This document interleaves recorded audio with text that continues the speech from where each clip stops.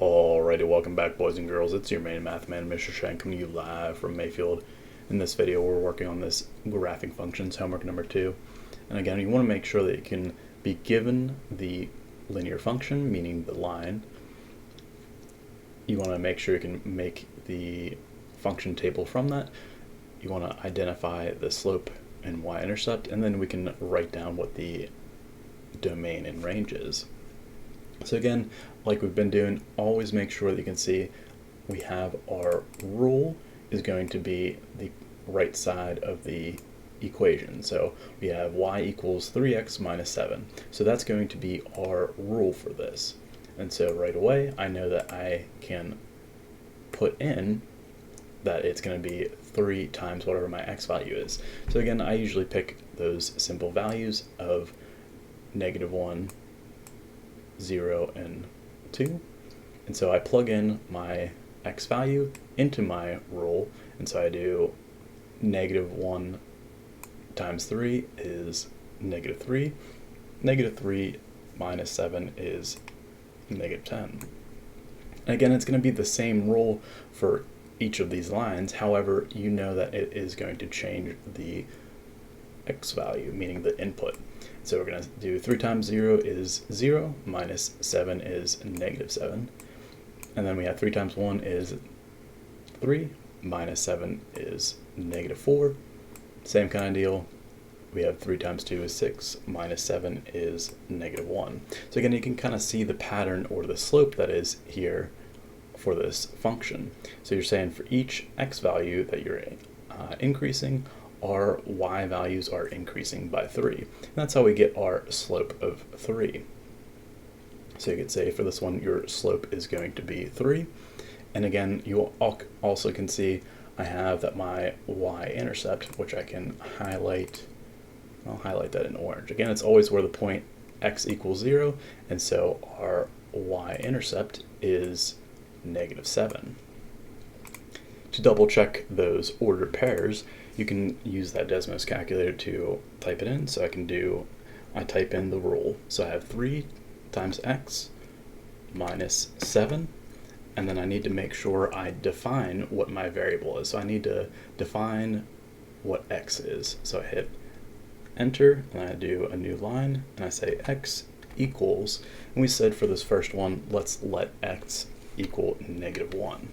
So now it gives the ordered pair when x equals -1, your y value is going to be -10. So our ordered pair for this, again, when you have an, let's try that again. When you have an ordered pair, you have an x and a y. And so this first ordered pair would be -1, -10. Again, that's just an example. Let me actually move that on screen so you can see what that looks like. Maybe if it will let me. There we go. Again, it's just the ordered pair for x and y. You have -1, -10. So make sure you're seeing how to do that. For the other values, we can type it into Desmos. All you have to do is hit backspace and then change your x value. So I'm going to say if x equals 0, our y value is -7. If x equals 1, our y value is -4, and if our x value is 2, our y value is going to be -1. So we know these values are correct. And so what does that mean for us? Well, we know that our x values are going to be the domain. So we say always the x values, let me circle this, our x values are always going to be the domain. So we can just list the x values for domain, and so we say -1, 0, 1, and 2, and then the same kind of idea for the range. We're going to say the range is going to be our y values. So we say our y values are going to be the range. So we have -10, -7, -4, and -1. Last step, make sure that you can plot the ordered pairs that you have onto the graph and draw that line. What I'm going to do to show those ordered pairs, I'm just going to use my beautiful face to represent that. So again, I'm going to plot the ordered pair, always start at the origin. And so for the point -1, -10, I go one step to the left, and then I go 10 steps down. So I go all the way to the bottom. Luckily my head is shiny enough so you don't lose it. So then I go to plot the next point, and it has 0, -7. So I have the order pair 0, -7. So I go on the origin. Since my x value is 0, I don't need to move left or right. And then my y value is -7, so I go down to -7. Plot the order pair 1, 4, so I go one step to the right, 4 up. And then I have the order pair 2, -1. So I go, actually let's back up. Just kidding. Always make sure you are careful. So we said one step to the right, 4 steps down. Again, make sure you see it should be in that straight line. So on that other point I messed up. I had it up here. And you know already, hey, I have this pattern and I should be going up and to the right. So if you plot a point and you notice, hey, it's kind of out of line, you might need to double check your answer. All right, and then the last point, I have 2, -1. So I'm going to go 2 to the right, 1 down. Again, notice how the shiny heads are all in a line. And so again, I go to graph the line of the function. It is going to look like this. Let's use pink, that way it's nice and easy to see. Again, I go through the points on the graph. I want to make sure I can go directly through it. So I can extend it the whole way out. And if you notice, I should be able to have this pattern. I'm saying for my change in y, I'm saying it's +3. So I go 3 steps up, and then I move 1 to the right. I go 3 steps up, and 1 to the right. And that kind of helps build your staircase. Either way, you want to make sure you can prove it in different ways. For the next one, same kind of idea. I won't go into as much detail since we kind of are getting the hang of it, but I do want to make sure I give you the values that you need. So again, pick whatever x value you want. You don't have to have these values, but if they are given, like they are in number 3 and number 4, definitely use those. However, again, you can choose the x. So if you wanted to do, if you wanted to have 5 as your x value, you certainly can. And so if it has the function y equals 5 minus x, be careful because you need to be able to identify the slope and y-intercept. Right away we know that the slope is the value attached to the x variable, meaning our input, so it's that coefficient. So what is going to be our slope for this? Well, I don't see a number here, but we always know anytime we have a value, we have to identify there's at least one of them there. So I know my slope for this is going to be -1. Then I know my y-intercept is the constant value that is attached on the right side of the function. And so it's going to be just a +5. So that's saying I have the order pair 0, let me actually write that down. I have the order pair 0, 5. Again, just like the graphic organizer, we said that we can go from that point 0, 5 because it is one of those order pairs. We can go one step down and one step to the right, and we should have another order pair. Again, I went one step down, one step to the right, and the reason why I did that is our slope. So let's actually see if this works out. I'm making a prediction and I'm going to back it up with justification. So again, I use and say my rule is 5 minus 1x. So I do 5 minus a -1 is going to be 6.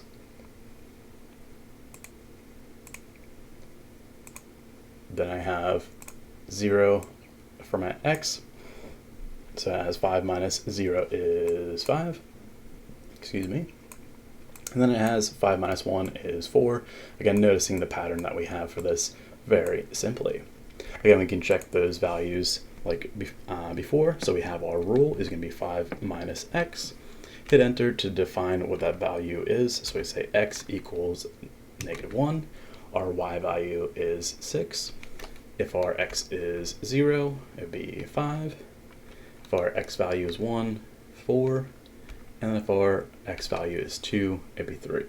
So again, say you picked, I don't know, 17 as your x value. That means that your y value is going to be -12. Again, you can choose whatever your x value is, but you want to make sure that you are having the corresponding y value. So it should be that ordered pair. All right. So now that we checked those values, we also know that it is going to be like this. And move those to the side. Domain is those x values, still the same ones as before. Again, whatever your x values are your domain, and then the range is going to be your y values. Make sure you're ordering them from least to greatest so they don't necessarily match up. So again, we don't have the ordered pair -1, 3. However, we are including these values for x and these values for y. So if I wanted to plot those points on the graph, I'm going to use my wonderful face to be able to graph these. I want to plot the point -1, 6. So I start at the origin and go 1 to the left, 6 up. And if you notice, hey, it's already kind of in that line from those points we had before. So let's actually maybe plot this other ordered pair 2, 3. So let's have 2 to the right and 3 up. And you guessed it, perfectly drawn out, just like my head, is this graph. So again, go through these ordered pairs like so, the whole way through, so that way you can see the pattern given. On the back, people were getting challenged by this because as soon as they see that nice little fraction bar, they freak out, and I give them this face. You have to be able to understand it is just a fraction. So anytime you're working with fractions, use them as your friends. And so what I did was I gave you these x values to put into your function. And the reason why I'm doing that is because I'm doing this. My function is y equals x divided by 3 plus 1. And so as the rule, you can just write it like this. You can do 1/3 times whatever your x is plus 1. So that means I'm going to input my x value to get an output. So I have 1/3 times -3 is -1. And then I have -1 plus 1 is 0. So again, I do these for these other ordered pairs, and I have the y values that go along with it. So when x equals 0, I think that is going to be +1. When x equals 3, my y value is 2. And notice the pattern again, as our x values are increasing by 3, meaning the change in x is 3, the change in y is 1. And that makes sense because our slope is going to be 1/3. Also, if you notice, we have our y-intercept in the equation and in the table given is going to be very simply +1. So again, I can say our y-intercept is +1. Again, you want to make sure you can check those values on Desmos. Make sure you can use, I can either say x and then hit division sign 3, or if you wanted to, you can hit the, let me zoom up a little bit, actually, let's stay there. I can use the fraction button and use the arrow keys to move up and down, but I have 1/3 times x, and then I have plus 1. So I have 1/3 times x plus 1 is going to be my rule. And then I say if x equals -3, try that again, -3, our y value is 0, which works out. If our x is 0, our y value is 1. If x is 3, we have a +2. And if x equals 6, our y value is 3. So we know those order pairs all work out for ourselves. Again, the domain is going to be our x value, so we have -3, 0, 3, and 6. and then our y values are the range, so we have 0, 1, 2, 3. So let's plot these order pairs on the graph. I have the order pair -3, 0, so I go 3 steps to the right and 0 steps up. So I stay there on that x-axis. For the order pair 0, 1, I don't need to move left or right, so I'm still at the origin. I just go up 1. And if you notice, again, that is going to be where our graph of our function hits the y-axis. So again, that point where it hits the y-axis is our y-intercept. If we plot the point 3, 2, again, I go 3 steps to the right, 2 steps up. And our last point, we have 6 steps to the right and 3 steps up. Again, make sure you're always plotting those points at those corners. That way you know you're in the right space and be able to connect these the whole way out for yourselves. So I have going through each of those points is my function. Very last one on the back, I have y equals negative x over 2. And so I can rewrite it like this. I can say my rule is going to be -1/2 times whatever my x value is. So again, I plug in those x values into my function. To keep it simple, I can also type it in like this. I can say -1 divided by 2, and I'm going to do times x, and then I have -3, so -3. That's our rule. Let me actually type it in so you guys can see it. There we go. So I have -1/2 times x minus 3, and then I have that my first x value I'm saying is -4. So what happens to our y value?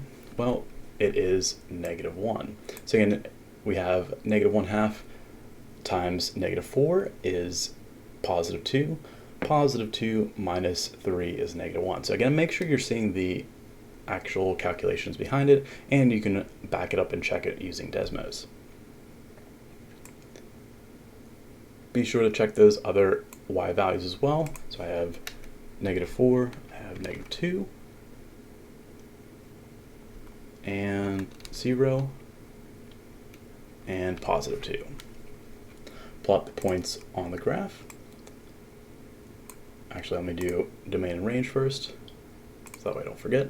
Again, domain is my x values. I'll make sure you're listing them from least to greatest. So I have my x values drawn perfectly, and my y values as a range. So make sure you're listing those from least to greatest as well. Again, range is y values. Plot the points on the graph. So I have the ordered pair -4, -1. So I go 4 steps to the left, 1 step down. Then I go for the second point, I have -2, -2. So I go down 2. And you can kind of see, hey, that makes sense because for every 1 step down, I'm moving 2 steps to the right. So that's how we get a slope of -2. Or excuse me, that's how we get a slope of -1/2. Again, 1 step down, 2 steps to the right. So I can also plot it like this. So from that last point, I go 1 step down, 2 steps to the right. I have my next ordered pair. 1 step down, 2 steps to the right. Again, I have my function like this. We say our y-intercept is where it hits our y-axis. And so that's the point -3. Again, draw the line through the points on the graph, so that way you are all good, and make sure it goes through the whole way. If any points on the line aren't matching up, or if you're lost, make sure you can take a second, take a deep breath, figure out where you're at, and make sure you're correct. And don't forget to super slam that subscribe button.